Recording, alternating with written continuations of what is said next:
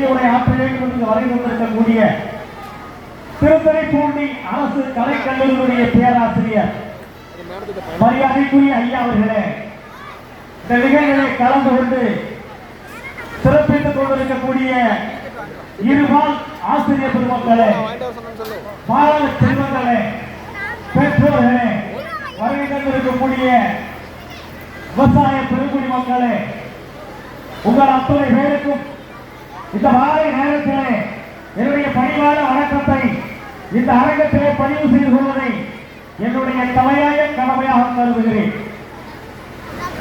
ஒரு அரசு பள்ளியிலே ஆண்டு விழா 20 ஆண்டுகளுக்கு முன்னால் எப்படி நடத்தப்பட்டது, எப்படி கொண்டாடப்பட்டது, பிறகு 20 ஆண்டுகளுக்கு பின்னாலே தமிழகத்தில் தோன்றிய அந்த அரசுகளினுடைய முயற்சியின் பலனாக இன்றைக்கு எத்தனை அரசு பள்ளிகளிலே இது போன்ற ஆண்டு விழாக்கள் சிறப்பாக நடந்து கொண்டிருப்பது கணக்கிட்டு பார்க்க வேண்டும்.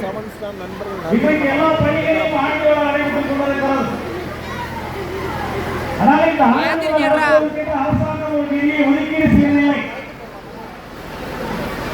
ஒரு சிறிய குறிப்பிட்ட அளவு தொகையைத்தான் அதனுடைய அவர்கள் பரப்பாக வைத்திருக்கிறார்கள். உண்மைகள் நான் நினைக்கிறேன்.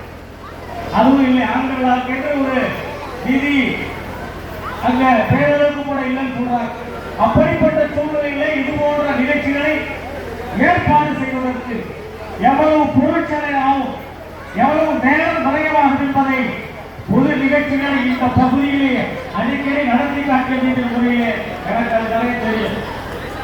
இன்னைக்கு ஒரு 20,000 25,000க்கு ஒரு செலவு மதிப்பு நடைபெற்றுக் கொண்டிருந்த நிகழ்ச்சிக்கு நான் விட வருவதில்லை ஐயா கேட்டேன். ஒலி